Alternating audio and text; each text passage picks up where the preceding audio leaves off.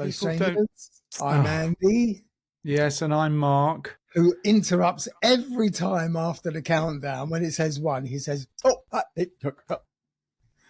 I just wanted the some professionalism." simple help with setting up this computer thing because I've got rid of my old computer that's behind me. Uh-huh. Now, I've actually attached the camera to the wall. With a hammer and nail. No, with a screw, actually. And I was wondering, can we adjust the field of vision, or should we do that another day? We'll do that when we're offline. Because I think you can see my Hoover in the background. I can't really because it's hidden behind the curtain. All right. Anyway, so yes, so we're all up and running. So I've got rid of the I've disconnected the old computer, and in fact, I think I've found someone who tries to make use of old computer equipment, recycles it. Oh, we've got those around here. We call them burglars. Yeah, well, this is it's quite nice to have a bit of space on my desk, I have to say.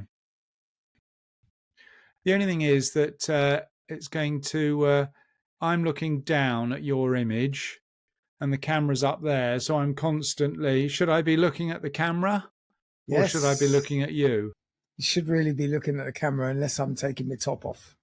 Well, that makes me a bit self-conscious. No, I can't do that, really. I'm sorry. Sorry, listeners. I can't know. That's a bit silly. You don't look at the camera when you're on television. I suppose you do. Of course you do. Yeah, you do. That's the whole point of the camera. I will occasionally look at the camera and I'll try and imagine you at the other end when in fact I know you're down there. Well, I suppose I could. Your camera should... Oh, dear God. That's the camera better. should ideally be just above your eye line so that you're looking at underneath the camera, but in the camera's direction. Oh, actually, that's a good idea. I could, in fact, lower the camera, couldn't I? Yeah, but not now. Yeah. All right. Let's talk about what's been going on in the world. Well, quite a lot. Trump was convicted. 34 counts. And the fact it was 34 counts is pretty damning. But what will happen? Nothing? Well, in fact, I was reading about it earlier. So what happens is this is a state court, New York State Court, and it will, obviously, he's already said he's going to appeal, and that appeal is to some intermediate court in New York State, and then eventually it goes to the Supreme Court in New York. Yeah. Now, clearly it's unlikely that anything will get overturned. I don't know. Bear in mind he appointed most of the Supreme Court. No, this is where you're getting confused because that is the state Supreme Court. He appointed everybody to the federal Supreme Court, which is the whole of the US, and that's where he's got all his mates. And they were talking about it today that he could technically appeal straight to the federal Supreme Court and just get everything thrown out. Which is what will happen, probably. Probably. But he didn't look very happy. Yeah, he can't understand how anyone would challenge anything he says because he's a demigod. In his own mind, yes. But I think what is telling is that the stress of the whole situation is definitely getting to him because every time he speaks now, he's talking almost gibberish. I mean, it's just nonsensical. Always been talking gibberish. No, but you can tell now it's more so. He's actually incoherent a lot of the time, whereas before he was talking nonsense, but in a sort of a grammatically correct way, sort of. Anyway, that was quite... it didn't take them long, did it? I think they were out for a day or two. I just saw the headline. Every single count, 34 counts, guilty as charged. Well, I had a follow-up visit to my private doctor. Oh, yes. And are your lungs operating or not? No. They're not. So we suspect now and I agree, because my opinion is equally valid. From the results of the medication and the tests that we did, it looks more likely to be COPD. I don't know what that is. Chronic obstructive lung disease. And is that as a result of environmental conditions? You never smoked? I did smoke, which was a big factor. Also, living in smoggy cities is a factor. All right. Yeah, anything I'm being sent for more x-rays before an official diagnosis is made. But if the diagnosis does come back, I'm officially disabled. And I'm We've known hoping I that can for get a long time. I'm hoping I can blag one of those stickers for my car so I can just park right outside Ecamaxi and moonwalk in through the revolving doors. Let me write this down. COPD, and it stands for Chronic obstructive lung or pulmonary disease. So hang on, that's a bit pulmonary is heart, isn't it? Lungs. Is it? Pulmonary Yeah. means lungs. And so is there a way of, is de-obstructing the word? Unobstructing? There is a treatment, but I asked him what the downside of the treatment was, and it's put stress on the heart. And as my symptoms are absolutely minimal, I'm choosing not to take any treatment. Yeah. And as long as it doesn't get any worse, and I assume No, you it's live not in a progressive. And the only thing that will make it worse is if I start smoking again or get a job in a coal mine. right. Neither Well, of which are likely to happen. don't you think that it's most likely as a result, and this may sound a bit silly, but all of the time you spent in nightclubs when people were allowed to smoke in nightclubs? No, I don't want to pin it down on anything because it's quite a common disorder, disease. Oh, is it? Much more common than you might imagine. All right. And especially in cities now when kids are growing up with it just from breathing in exhaust fumes. Well, however much you may love or hate, what's his name? The Mayor of London. Khan? Sadiq Khan. What do you mean? The word love never comes into it. And now I can see on your He's face how... increased pollution in London 90-fold. Yeah, well, that's nonsense. But it's not nonsense because he's got every car in London standing still because they can't move. No, but most cars don't go into London these days. You know how much it costs to drive into London now? What about the ones who live there? Yeah, but all I'm saying is I'm saying that he's actually taking steps to reduce the children that you've just been describing's conditions. Yeah, by culling them with exhaust fumes. He's certainly not reducing pollution. If anything, he's made it worse. On every measure, pollution has improved in London, even in outer London. Not true. Whose statistics are those? Are they the London Mayor's Office statistics? The Sadiq Khan of environmental sciences. He's a fucking charlatan. And if only people weren't so lazy that they won't go out and vote. We're 8 minutes into the recording and you're already having a rant against some poor innocent. He might get voted in again for a third term. He will, simply because you're allowed to vote postally. So all the votes will be flying in from Pakistan. You can't. It's true. You have to be on the list to be able to vote. We've all got second homes in London. Thanks, Sadiq. You're my mate.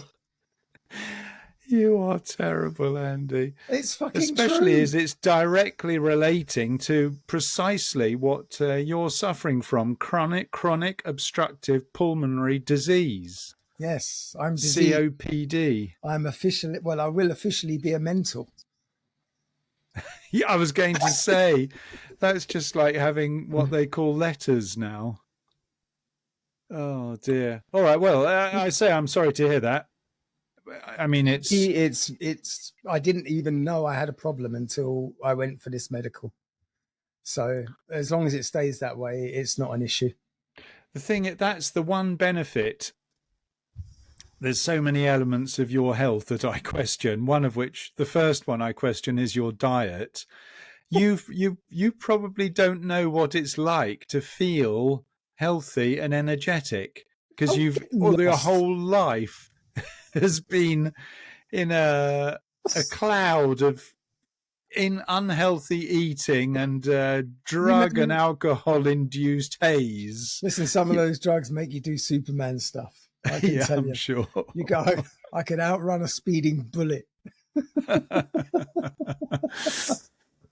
No, because I certainly feel it. I mean, I've been exercising. Yeah, I mean, we have people at work who exercise, and when we have our bi-weekly tool meeting, we have a little chat about what we did last week. They always go, I went to the gym on Saturday. I couldn't walk on Sunday. How is that good for you? Yeah, well, it isn't. It isn't. But no, I'm up to 55, 60k on my cycles. And it was the big race. The big. What do you call? Yeah, what do you call that in English? Not amateur event, but just a sporting event for amateurs. To explain to the listeners, I'm on a big lake, Siljan Lake in Sweden, which is 120 kilometers round, and there's also another lake just next door, which is Orsha Lake, and that is combined Orsha and Siljan round 170k. So in England, it's what a cyclist would call a century, which is 100 miles. And did you do it? No, I've done it about 10 times in the past. And as I say, I only started cycling with the club 3 weeks ago now.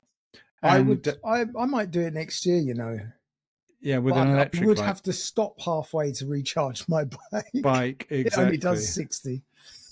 But yes, so I will be doing it next year. The thing is, I don't like to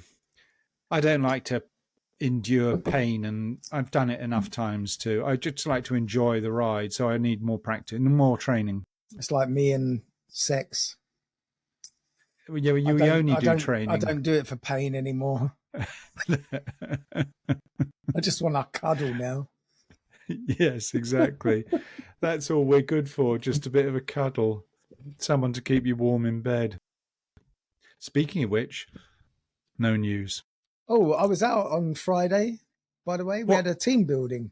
Oh, yes, of course. How was that? The go-karting? Yeah, it was actually quite good fun. Oh, my God. You came last. I didn't come last. We were in teams of 2, and we did like a Le Mans. So 5 laps, switch driver, 5 laps, switch driver. Or even Le Mans, but carry on. Le Mans. Le Mans. We didn't come last. We didn't come first. How many teams were there? Oh, like 12. All right. Okay. So it was a good crowd. Yeah. And what was the drama? Ambulance? No. Someone threw their dummy out of the pram. Oh, really? What? Karting? They threw their dummy out? I mean, first of all, are you allowed to talk about this? Yeah, I shouldn't really. But, I mean, there will be repercussions. On individuals or an individual? Well, yeah. I mean, apparently I'm the culprit here. Oh, really? Well, that's not surprising. You normally are. What did you do? I overtook some fucking idiot. And then when he came off the track, he went, "What were you playing at?" I said, "What do you mean?" He said, "You nearly forced me off the track." I went, "I overtook you." "Yeah. And then you were in my way and I tried to overtake you and you swerved in front of me." I said, "That's what racing is. Fuck off, you idiot." What do you want me to do? Check my rear view mirror? So, yes, well, you're going to be banned from the karting events in the future, aren't you? He actually stormed off and left the team building. No. Yes. What, because someone blocked him from overtaking? Threw the dummy out of the pram. He is a grown-up, is he? Honestly, I wonder. I was just about to ask a question which would be blatantly racist. I was going to ask what nationality he was. Well, he was Swedish. That's what I suspected. I don't know why. That's a bit naughty, actually. Bearing in mind we love Sweden so much. And then later on in the pub, much later on, probably 11:30. For you, 11:30 in the Yeah, evening? yeah, I know. There was about five of us left standing. A couple of engineers, me, Robin, and Polish guy called Mikolai, who was going to be our ride home because he was not drink driving. Yes. He was not drink driving. Yes. And one of the engineer chappies, I don't know where he's from actually. He's quite new, Alfred. Apparently, he's not a happy drunk. Ah. And honestly, if he'd have spoken to me in a pub in London the way he spoke to me in the pub in Wellefte, he would have gone home in an air ambulance. In your dreams, really? He I'm was that telling bad, you, was he? he sat there with hatred in his eyes, calling me fucking cunt like 20 times for no reason. And even Robin, who is like the world's most when placid you say person, for no reason, Andy, I mean, obviously, you'd already just tried to existing. kill one of your colleagues on the go-karting track. There sounds to be plenty of reason. Just existing is enough reason for some people. But I mean, he's one of these gym bunnies. I think he's a steroid freak as well. So he lacks penis, and he's obviously jealous of my. He's You're very obviously jealous of my outgoing personality because you can tell that he's definitely a virgin. I did point all this out to him while he was coming. Exactly. Yes. Yes. Exactly. You didn't antagonize the situation. No, I didn't start it, but I'm not going to sit there. I mean, this was honestly, if there was any of the bosses there, he wouldn't have a job from the way he behaved. And I'm still undecided about what I'm going to do because if he treats me in any way disrespectfully when I go back to work, there's going to be problems. I'm not working with dickheads. So you're just trying to even up the score. There's going to be one complaint in HR against you, and there's going to be one complaint in HR from you. So that sort of evens it up. I won't go to HR. I work in a workshop. I've got hammers. Do you? We'll sort this out like men. I thought in your department you'd have to write a little computer program to get someone hammered in the head. No, we've got we've got superb tooling. We have every tool you could possibly want. So obviously you went out for eats afterwards because you were complaining that they hadn't organised anything for you. Yeah, spent my most of my remaining gift card on a meal and a couple of beers in O'Leary's. All right, well that doesn't sound too bad, too shoddy. I'm sorry, this computer's really annoying me. I'm going to slide something across. Sorry, you've lost. I'm going to slide something across, which I can put the computer on. Take your time.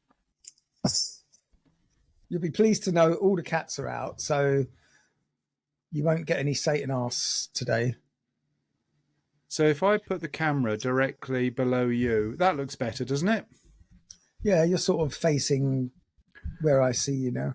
Exactly, yeah. So I think that's better. This is bloody annoying, this light, though. Christ.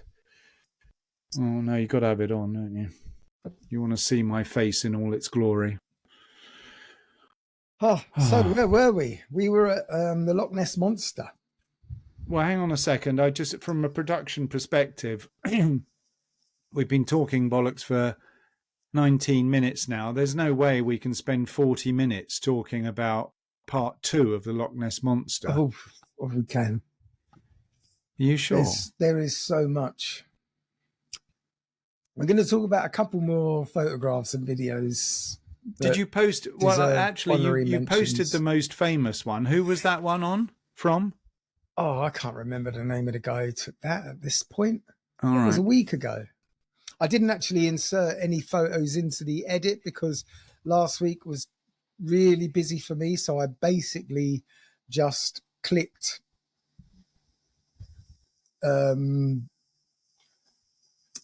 Yes. Spit I it just out. basically uploaded the whole video unedited. Right. So I just pray that there was nothing too nasty in there. I don't know. What you mean? You weren't carefully editing it to make sure any I didn't have time. indiscretions were removed? I had 2 videos to edit, and I had a lot of work to do. I just didn't have the time. I also had the team building. It's awful. But now Am I allowed to I'm say that you are wholly responsible for what actually goes out on air, so that if we're ever sued as a result of deep offence, or what is it? What is it when you slander. slander? Then you take full responsibility for that. Yes, but you're the financial officer for the No, company. I'm So, not. well, you are. You keep Oh, asking about the money. I don't keep. I keep paying you the money. I don't keep asking about the money. But it's all the Patreon money, like millions.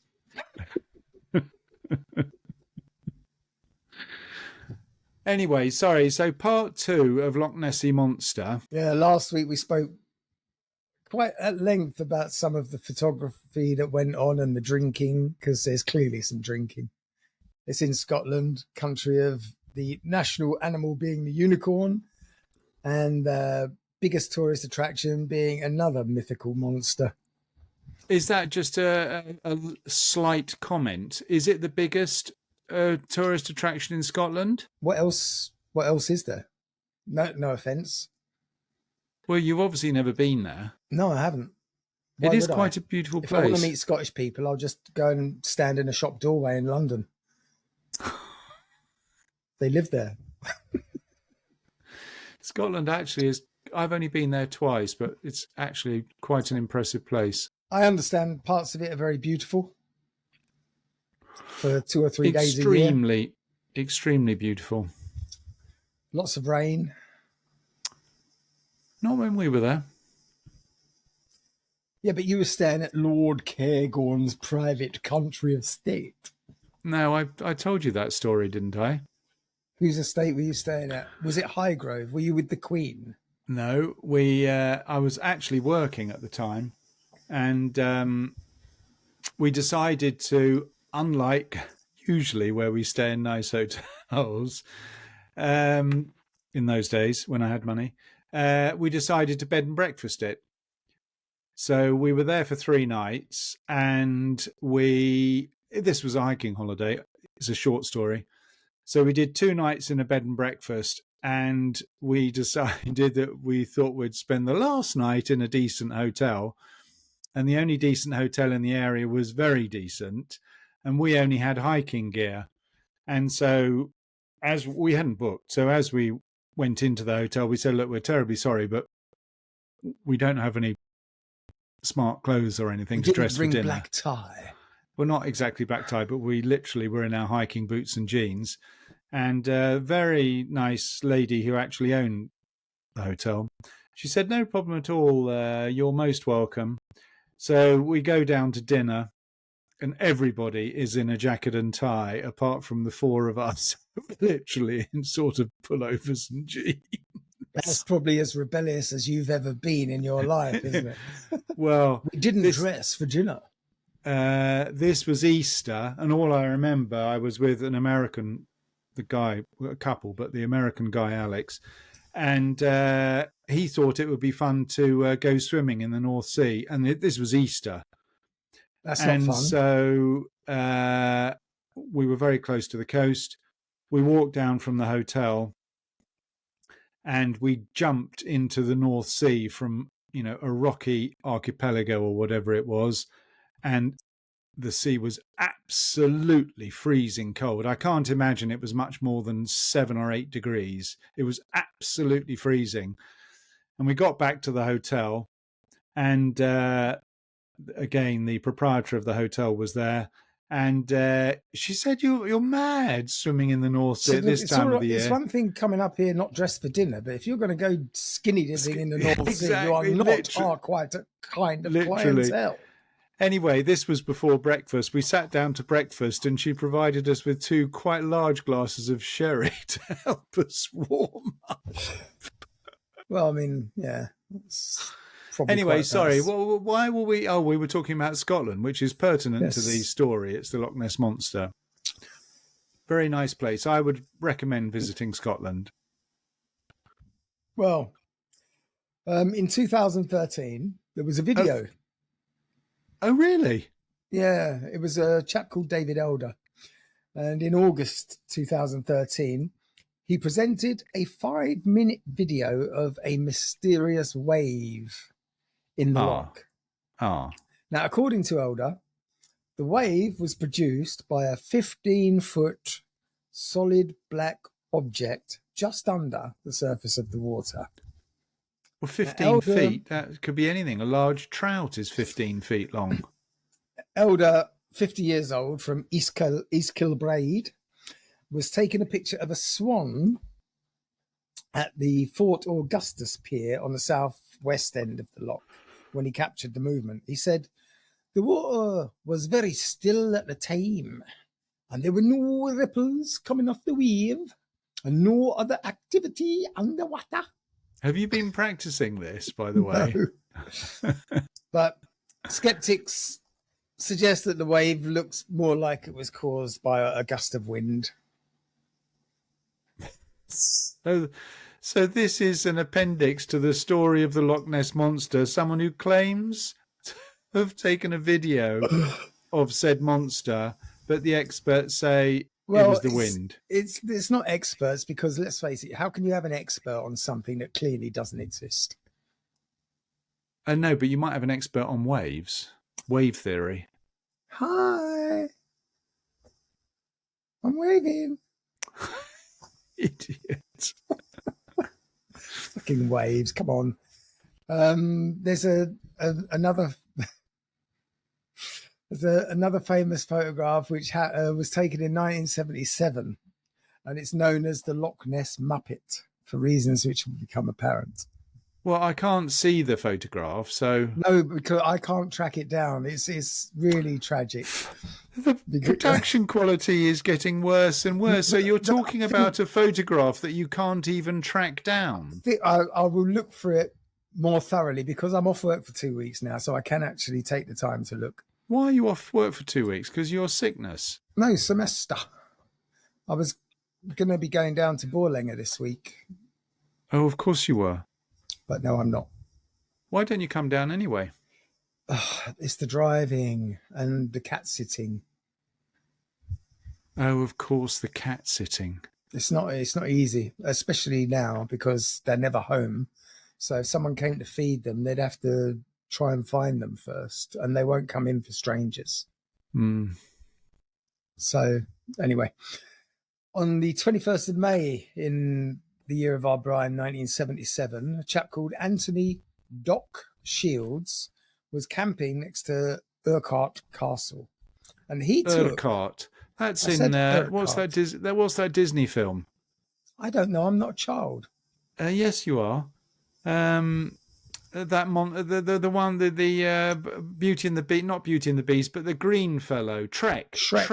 Shrek. Isn't there a Lord Urquhart in that? Yes, because Shrek is Scottish. Right. Actually, not. He's based on a French wrestling character. His accent in the Disney films are always Scottish. Yes, but I'm saying that he's based actually on a real life French wrestler who existed 40 or 50 years ago, who amazingly looks like the character Shrek in the movie. So does Wayne Rooney. Wayne Rooney, the footballer. Yep. He looks like the donkey in Shrek. He doesn't look like Shrek. He's known as Shrek. Is he? That's a bit unkind. Having just called him really. donkey. But Adams, Arsenal footballer from many years ago, he was known as Donkey. How do you know these things? You don't follow sport. No, I know, but I was a Tottenham supporter. And he started dating Caprice. Oh, I remember Caprice. And they were known as Beauty and the Beast. How many matches did you go to of Tottenham? Hannah went to one with me when she was in the belly of her mother. All right. I used to go to White Hart Lane. You mean you were actually a proper regular supporter? Not regular. It was now and then. All right. But anyway, this guy, Doc Shields, took some of the clearest pictures of the monster until this very day. And I will try and track them down. You're Now, useless, we honestly. have a problem with this guy, though. Because Because Shields, a magician, claimed to have summoned the animal out of the water. Yes. How did he do it? Clapping his hands? He later described it as an elephant squid, claiming the long neck shown in the photograph is actually the squid's trunk, and that a white spot at the base of the neck is its eye. Now, due to the lack of ripples, it's been declared a hoax by a number of people and received its name because of its very staged look. So Here's the a Loch question Ness for you. Muppet. If you asked an AI picture developer, whatever you call the thing, app, produce a copy of a picture of the Loch Ness Monster, what do you think would come out the other end? Well, I will actually insert one right here for you. I'll do that as a project. You've got an AI picture generator, do you? Yeah, so have you. You just don't know where it is. No, I don't. Where is it? We'll get into this afterwards. I'll show you. No, but this is much more exciting. No. All right, so Doc Shields, or whatever the hell his name is, he's a magician. A magician and a monster summoner. I mean, yeah. Maybe he did it with a card trick. Summon the monster out of the loch with an impressive card trick. It could be. And then we have a sonar image as well from 2011, when the Loch Ness boat captain Marcus Atkinson photographed a sonar image of a 1.5 meter wide unidentified object that seemed to follow his boat for 2 minutes at a depth of 23 meters. But 1.5 meters wide. It's hardly a monster, is it? I mean, that's a ginormous, I mentioned it the other day, walrus. Well, a scientist from the National Oceanographic Centre said that the image is probably a bloom of algae and zooplankton. So not even a fishy? No. I mean, this is why I'm so sceptical of the whole Loch Ness thing. It's desperate. The amount of evidence is so minimal. Yeah, but you do believe in other ridiculous things, don't you, that has even less evidence? You are a bit of a believer. I support the underdog. Even if it defies logic? Maybe. Now, there's a chap called George Edwards who is a photographer, and he was a monster hunter. Photographer and monster hunter. And in 2011, he claimed that a photo he took shows Nessie. Now, he claims to have searched for Nessie for 26 years and reportedly spent 60 hours a week on the loch aboard his boat, Nessie Hunter 4, taking tourists for rides. Oh, I see. So he was a skipper. He is a skipper, exactly. That was what he did for a job. So he said, in my opinion, it probably looks like a kind of manatee, but not a mammal. I told you a manatee is like a walrus. Yes. Without the horns. I know what a manatee looks like. When people see 3 humps, they're probably seeing 3 separate monsters. But other researchers, again, have questioned the photograph's authenticity. And Loch Ness researcher Steve Feltham suggested that the object in the water is a fiberglass hump used in a National Geographic Channel documentary in which Edwards had participated earlier. Is there anything that hasn't been not disputed when you prove that it's nonsense? Discredited. Discredited. Are there any photographs or any evidence whatsoever that has not been discredited as bullshit? Well, on Apple Maps, it was reported in 2014 what appeared to be a large creature, possibly the Loch Ness monster, just below the surface of Loch Ness at the loch's far north. And the image appeared to be about 30 meters long. Possible explanations were the wake of a boat, with the boat itself lost in image stitching, or low contrast, or possibly floating wood. Or it was actually planted by Apple The satellite. or Google. Did you say Google Maps? Apple Maps. What's Apple Maps? I guess it's Apple's version of Google Maps. I didn't know that existed. Can you get that for free? I don't know. Apple Maps. Well, let's go into the searches that have taken place over the years. In 1934, we had the Edward Mountain expedition. Now, after reading Rupert Gold's The Loch Ness Monster and others, Edward Mountain financed a search, and he took 20 men with binoculars and cameras, and they positioned themselves around the loch from 9 a.m. to 6 p.m. because office hours for 5 weeks, beginning on the 13th of July 1934. And although 21 photographs were taken, none was considered conclusive. Supervisor... What do you mean conclusive? They actually had taken photographs of something that looked like a Loch Ness monster? Yeah, I guess.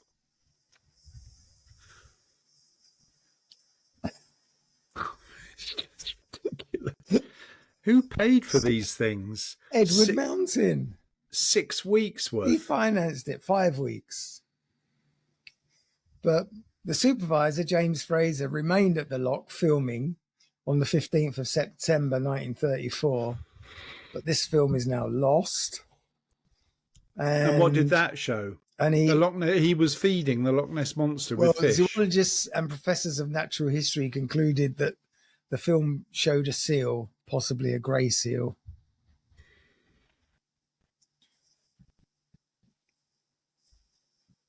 There's no substance to any of it. This is why I've avoided doing the Loch Ness monster for so long, because it wasn't me that suggested it. You have brought it up in the past. No, you have. No. It was probably one of our many listeners. I've asked both of them when I saw them in the pub, and they said no. Now, it's definitely me. There is an organisation called the Loch Ness Phenomena Investigation Bureau, or LNPID. It's not much of an anagram, I'm afraid. It isn't, unfortunately. No, it's not an anagram, is it? No. Actually, it is. Is it? No, an anagram is a word made from another word. Ah, what is it when it's the first letters of the word? It's a something. We'll go here. Never mind. Yep. Don't forget, I'm a mental now, so I'm allowed to forget. You're not. You're not a yet. COPD. Now, the LNPID was a UK-based society founded in 1962 by Norman Collins, politician David James, a chap called Peter Scott, and Constance White. And that was to study Loch Ness, to identify the creature known as the Loch Ness Monster, or determine the causes of the reports of it. I'm surprised that David Icke didn't get involved, bearing in mind his love of reptiles. Yeah, but it's not a lizard, is it? Could be. Now, in 1967, it actually received a grant of $20,000 from the World Book Encyclopedia to fund a 2-year program of daylight watches from May to October.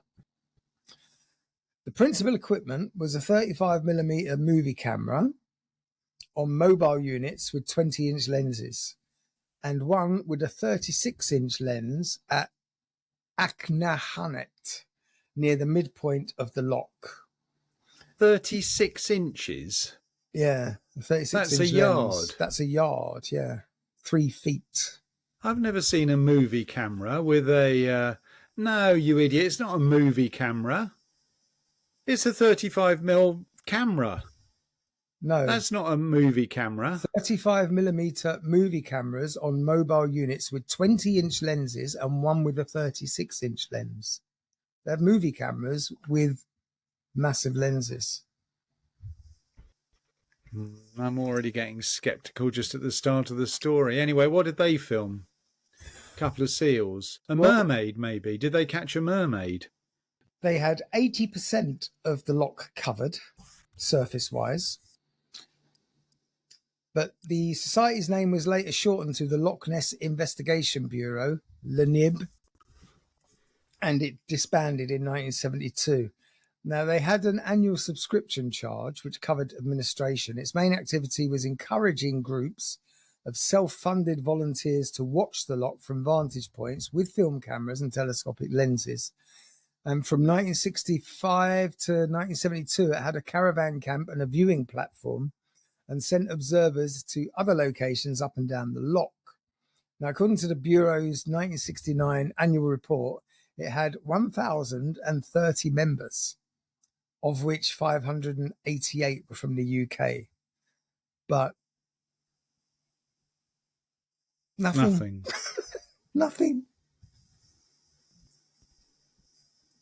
I wonder why would you spend your time just... I suppose it's like fishing, really. Yeah, People enjoy fishing even if they never catch anything. Or stamp collecting, you know. No, that's different. That's different. Is it? Yeah. Not saying I'm partial to a bit of stamp collecting, but I can see that it is different at least. Well, yeah, that was a yawn. I'm sending myself to sleep. There's nothing going on. Ain't nothing going on but the rent. I'm trying my hardest to sort of find some substance, but it's... Do a bit of Cornish pirate for us.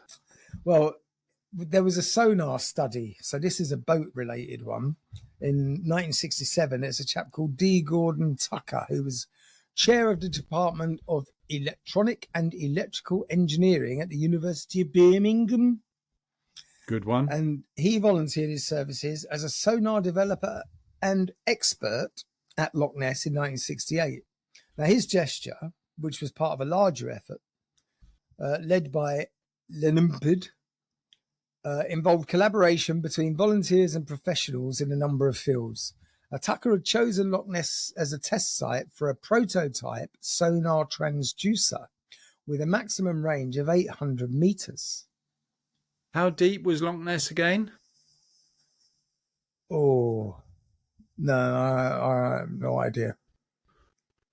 Now, this device was fixed underwater at Temple Pier in Urquhart Bay and directed at the opposite shore, drawing an acoustic net across the loch through which no moving object could pass undetected. So it wasn't the depth they were covering, it was the width of the loch. So anything that swam through that portion of the loch would be captured. Now, during the 2-week trial in August, multiple targets were identified. One was probably a shoal of fish, but others moved in a way not typical of shoals at speeds of up to 10 knots, which is quite fast. 16 kilometres an hour. But that was it. Well, that was it. That's the end of the story. That was the end of the sonar study. It was only running for 2 weeks. I'm just asking, what's it called? How deep is Loch Ness? And 227 meters. That's the first thing that comes up. Shall I give it to you in feet? Because that's the next search. 745. Yeah, so it's quite shallow. Well, you know the lake outside my back door? It's 2 kilometres or something. No, God, no. No, it's 137 metres, so 100 metres deeper than that. It's nothing. No. I don't think you can dive to that, though. You're a diver. How deep? No, you can you can dive with mixed gases past 30 meters, but you don't go down past 100. No way. Unless you're one of those free dive. It's just too much pressure. But those free divers, you know, the ones that hold their breath, Yeah. they go down 100 meters, don't they? Yeah, but it's really not healthy. Oh, I'm sure it's not healthy. Maybe that did your lungs in. You got a few fishes stuck in there somewhere. Maybe. Dirty gas tanks on your back.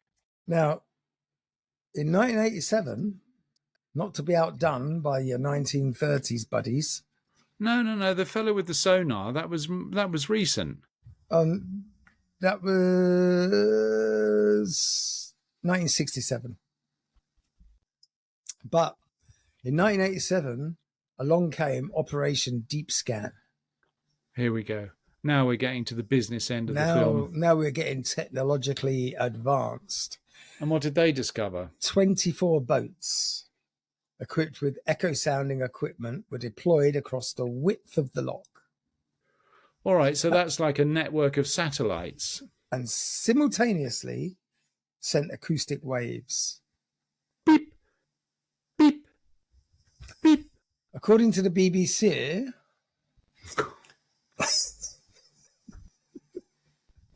the scientists had made sonar contact with an unidentified object of unusual size and strength. I don't know how they figured that. But the researchers returned, rescanning the area, and analysis of the echo sound images seemed to indicate debris at the bottom of the loch, although there was motion in 3 of the pictures. Adrian Shine, whoever he is, speculated, based on the size, that they might be seals that had entered the loch. So, sonar expert Daryl Lawrence, founder of Lawrence Electronics, donated a number of echo sounder units used in the operation. After examining a sonar return indicating a large moving object at a depth of 180 meters, quite deep, near Urquhart Bay, Lawrence said, "There's something here that we don't understand. There's something here that's larger than a fish. Maybe some species that hasn't been detected before. I didn't know." When you say knee being detected, is that written in front of you or have you actually changed it? Knee?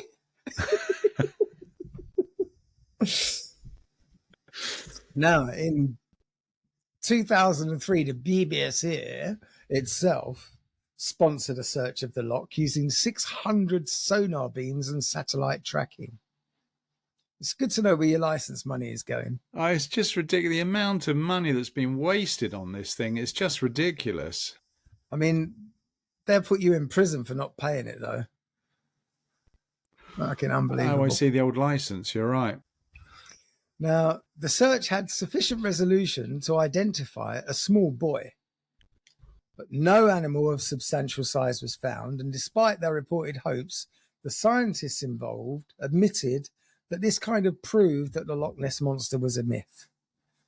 And searching for the Loch Ness Monster aired on BBC One back in early 2000s. I'm surprised. I think modern satellite imaging could just do a survey of the lake in about 3 minutes, couldn't they? Yeah, but you'd have to repurpose one of our military ones that are looking over the Ukraine, because that's where everything in the world is sourced. Probably. A little bit of a rant thrown in there. Well, I was talking to one of my Australian friends, and they were complaining that, like, you know, Australia has got the agricultural wherewithal to produce most of everything it requires itself. And yet the inflation on food and everything, the prices is just going ridiculous there as well. It's just like, it's just a scam. The whole thing is just a scam. Yeah, but, well, we've talked about that before, but everything is as a result of globalization. If you can sell wheat in Europe for 200 quid a tonne, why on earth is an Australian wheat farmer going to sell it for £100 a tonne in Australia if he can get twice the money for it in Europe? No, but the point is that the whole world now is owned by about 10 corporations, and it's a monopoly. Yeah, well, It's a that's fucking monopoly. There is no competition. If someone wants to put prices up, they just go up. It's simple. But in fact, interestingly, I have been reading reports of the anti-globalization trend, where people are far more conscious of things like food security and such like, so that they, you know, maybe Australian farmers have to provide enough wheat for Australia and they can sell the excess, but Yeah, they're it not should be the allowed to. way Yeah, exactly. for Yeah. every country. Yeah. And I mean, I'm sure you can buy anti-globalization products in the supermarkets, but then you will pay a premium for that. So it sort of defeats the object. Yeah, but ultimately, that is ultimately, in my mind, it's the consumers that decide. And unfortunately, with the economic situation as it is, as a result of terrible government policy, most people can't afford the luxury of making those sort of choices. They just have to go for the cheapest alternative. I told you my farming channel that I follow. No.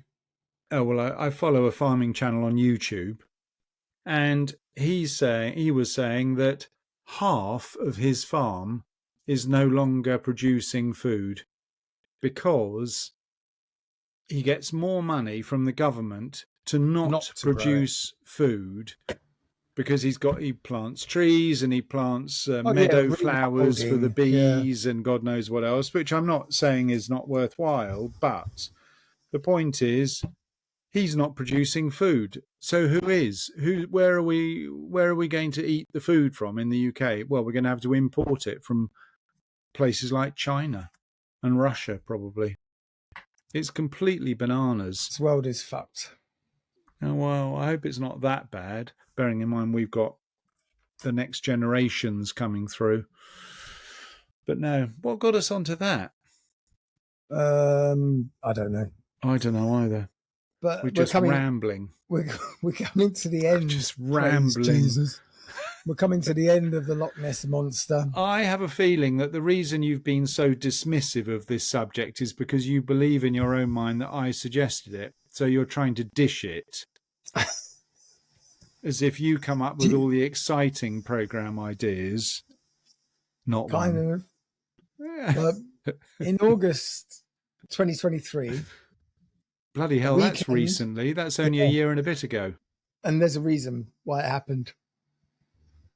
This was, a weekend of high-tech searching was carried out in observance of the 90th anniversary of the 1933 Aldi Mackay sighting. Yeah, 90th anniversaries don't really exist, do they? Well, it clearly did last year. Clearly. The event was coordinated by... Lupid. Oh, no, it wasn't Lumpid, but it was the Loch Ness Exploration Volunteers in collaboration with the Loch Ness Visitors Centre. And the high-tech used included sonar for mapping the loch bed, thermal imaging drones to scan the surface. Yeah, that's high-tech. Hydrophones, underwater mics, which did record some sounds. I'm sure. Probably seals. Or human jacuzzis.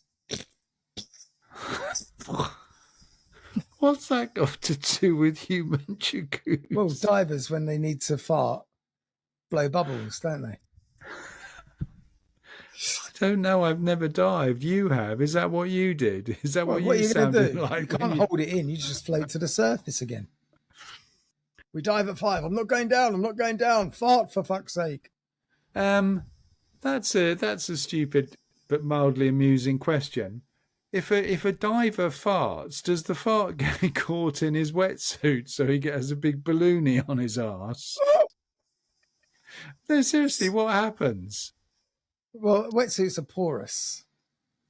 Oh, so the fart will eventually bleed out? Because, the idea of a wetsuit is it absorbs the surrounding water and then it retains it, and your body heats it to a bearable temperature, or cools it, depending But on where there you're are diving. things called dry suits, aren't there? Yes, in that case, it's going to stay Balloon with you time. for a while, but it God, will can you eventually imagine be how filtered out. uncomfortable? Get back to the surface and you got some Michelin man activity going on. Well, anyway, this weekend last year, despite a large turnout of searchers on site and hundreds more viewing on the internet via live stream cameras, there were no conclusive sightings. Well, as we know, if it turns out to be a Greenland shark, it can live up to 400 years. Well, I mean, it has been misidentified as eels, an Seals. elephant, a Greenland shark, a Wells catfish. How can you misidentify something either as an eel I mean, it's or an elephant? eels being misidentified as the Loch No, I Ness realise monster. that, but or an elephant? Did you say? Yeah, would you remember last week we did Sorry. say that someone said it was Yeah. an elephant, and unless Hadrian, Oh yes, we could do one on Hadrian, or have we done because one? I mean Hadrian's Wall, wasn't it Hadrian who went over the Alps with the elephants? No, Are you sure? that's No, it was not Hannibal. Hannibal. Exactly. I knew don't know who I knew it was Hadrian an H was. word. Was it the Scots that built Hadrian's Wall, or was it the English? It was to keep the English out, I think, I think it was to keep the Scots out. or the Scots in. No, Scots in. I don't know. I can't remember. I'll have to watch Braveheart again. That might explain it. And also, misidentification has taken part with inanimate objects such as boat wakes, trees, optical effects, wind conditions can give a choppy appearance on the surface. Even seismic gas bubbling up, I told you. as a bit like the divers and the farts. Now, interestingly, though, in 1980, there was a Swedish naturalist. No, not interesting. Well, interestingly, because he was Swedish. Yes. A Swedish naturalist, and I hope that means botanist and not what I think it means. And Bjorn author, Svensson was his name. No, his name was Bengt Sjögren, Green Lake. He wrote that present beliefs in lake monsters, such as the Loch Ness monster, are mostly associated with Kelpie legends or mermaids. And according to Sjögren, accounts of Loch monsters have changed. I can't believe that you've lived in Sweden for nearly 30 years and you're still shite at pronouncing Swedish names. Sjögren? What's wrong with that? It doesn't sound right. How would you say it? I don't know, because I don't know how it's spelt. Sjögren. Sjögren. You don't say the S. Sjögren. You don't say the S. Yes, you do. No, only if you're a commoner. If you're a proper Swede, you just drop your S's. It's like if you live in Skellefteå, you don't say Skellefteå, it's Skellefte.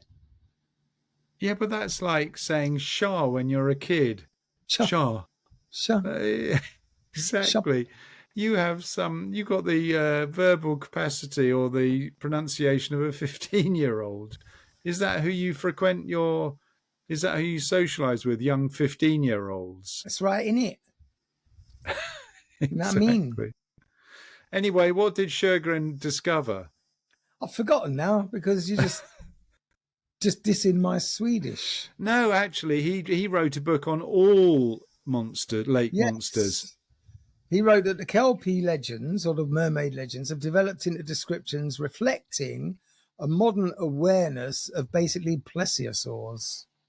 So the Kelpie as a water horse in Loch Ness was mentioned in the 1879 Scottish newspaper that we spoke about last week, and inspired Tim Dinsdale's Project Waterhorse, a study of pre-1933 Highland folklore references to kelpies, water horses, and water bulls, which indicated that Ness was the loch most frequently cited.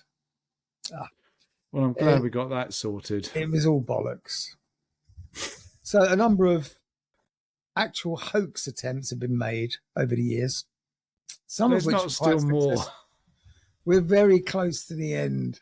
Please. I know it's painful. I know it's painful. Other hoaxes were revealed rather quickly by the perpetrators or exposed after quite diligent research. What was the inner tube one? There was a series of inner tubes stuck to a plank. That was quite a famous hoax that was... No? Well, in August 1933, Italian journalist Francesco Gasparini submitted what he said was the first article on the Loch Ness Monster. In 1959, he reported sighting a strange fish and fabricated eyewitness accounts.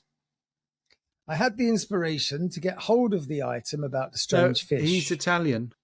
I had the inspiration to get hold of the item about the strange fish. My name is Mario. The idea of the monster had never even dawned on me, but then I noticed that the strange fish shut up in your face would not yield. That was good. That was good. And I decided to promote the imaginary being to the rank of monster without further ado. Shut up in your face. What program was that? Shut up in your face. That was a song, wasn't it? It was a record when we were kids. Shut up in your face. I think it was as well. I wonder if that would even be allowed on television these days. In the 1930s, big game hunter Marmaduke Wetherell went to Loch Ness to look for the monster. And Wetherell claimed to have found footprints. Yes. But when casts of said footprints were sent to scientists for analysis, they turned out to be from a hippopotamus. Again, how many hippos are there in fucking Loch Ness? A prankster had actually used a hippopotamus foot umbrella stand to make said prints, because in your houses in those days, everyone had elephant and hippopotamus foot umbrella stands. Do you remember? They were pretty distasteful because they were actually made of elephants' feet. Yes. The Biddels, who used to live next door to me, had one. That was pretty gross. Who has enough fucking umbrellas to warrant an entire stand? Here's a question for you. How much does the umbrella cost as an optional extra for the new Rolls-Royce? Oh, it's something ridiculous, like £6,000. It's not 6,000, but it is £1,400 each. £1,400 for an umbrella that that you stick into the sort of the door. Ridiculous. Anyway, right. Well done, Andy. No, we're not finished. Yes, we are. You're trying your hardest. I'm finished. But I'm going to give you one more hoax. In 1972, a team of zoologists from Yorkshire's Flamingo Park Zoo, searching for the monster, discovered a large body floating in the water. Now, this corpse was like 16 to 18 feet long and weighing as much as 1.5 tons.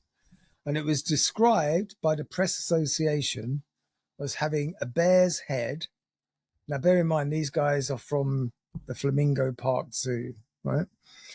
It was described as having a bear's head and a brown, scaly body with claw-like fins. Now, this creature was placed in a van to be carried away for testing, but police seized the cadaver under an Act of Parliament preventing the removal of unidentified creatures from Loch Ness. It was later revealed that Flamingo Park Education Officer John Shields shaved the whiskers and otherwise disfigured a bull elephant seal that had died the week before and dumped it in Loch Ness to dupe his colleagues. These people need to lose their grants. So, I mean, I'm afraid after 2 weeks of really quite diligent research and deep diving into the Loch Ness monster, I'm not convinced. No, I'm convinced that you need to do more research, that's for sure, into more interesting subjects. I don't know what made it was interesting. It's interesting insofar as how many people have spent so much time actually, just you're keeping right. this myth alive. That's the crazy thing, because I mean, even the Scottish Tourist Board must have realised they've exhausted all avenues of possibility with this story. But it does. I hope we don't affect the sale of Nessie keychains in the tourist centre with this episode. There's going to be an avalanche of new tourists as a result of listening to our podcast, Andy. Yeah, I mean, they might even invite us up there to do a live special podcast guest from the Loch side and see if we can actually get Nessie on camera. Yeah. But anyway, that brings us to the end of our Loch Ness investigation episodes. Riveting as it was. Thank God. So if you made it all the way to the end here, thanks for listening. Well done. Well, congratulations. It was quite funny, if not very factual. I don't know what, the way my brain doesn't work these days. Did you happen to see, this is completely unrelated, did you happen to see that security guard at the Cannes Film Festival? There was a female security guard at the Cannes Film Festival who was sort of in charge of the red carpet. Mm. And she obviously got a bit ahead of herself in terms of her level of authority. Because did she try to body slam? A number of people. It wasn't just one, but there was a classic where, Cannes Film Festival, the major fashion houses spend hundreds of thousands on dresses. People. And so there was one particular woman who was in this dress with a really long train. So she's up the top of the steps and she's unrolling the train, and this security guard comes along and starts rolling it up and shooing her through the doors. And there was another woman who was trying to, literally, it was like an American football game, trying to dodge this woman to get through the doors. It's been well reported. It was so amusing seeing all this nonsense going on at the Cannes Film Festival. She's never going to work there again. No, I hope she got promoted. I mean, of course, can you imagine the attitudes you have to deal with there, especially because they start inviting influencers and things like that to these things these days. They should only be invited to a culling. You can't say that. Well, I just did. It's a Jeremy Clarkson. That's ludicrous. Jeremy Clarkson has been voted UK's sexiest man. Has anybody seen Jeremy Clarkson? It must be a spoof. Exactly. It's an ironic vote, clearly. He is literally, even if I was gay, he would be the least attractive. Imagine that beer belly. Oh, God. Anyway. No offense to any of our listeners who have beer bellies. They cost a fortune. Good luck to you. They do. Yeah, exactly. Anyway, thanks for listening. Well done, sort of. Please, thank God that's over with. How did we... 2 weeks we had to endure that. And next week I will come up with something even more exciting. Yes, I bloody hope so. Have yourselves a good week. If you do go to Scotland, don't pretend you've seen the Loch Ness Monster, because I know, and even Mark knows, that you're talking bollocks. Yep. So, yeah, don't forget, follow us on all the Instas and Facebooks. Give us a like, a follow, a subscribe. Come along and join our Patreon and see me and the super talented Richard doing our murdery bits. God dear. Which are much more exciting than this dross that we give out for free. And you can join our Patreon for the price of a coffee or the price of a pint, or just even if you want to give us £1 a month, that's also more than acceptable. You can do that. So do as you like, and we'll see you same time next week. Very good. Goodbye. Cheerio.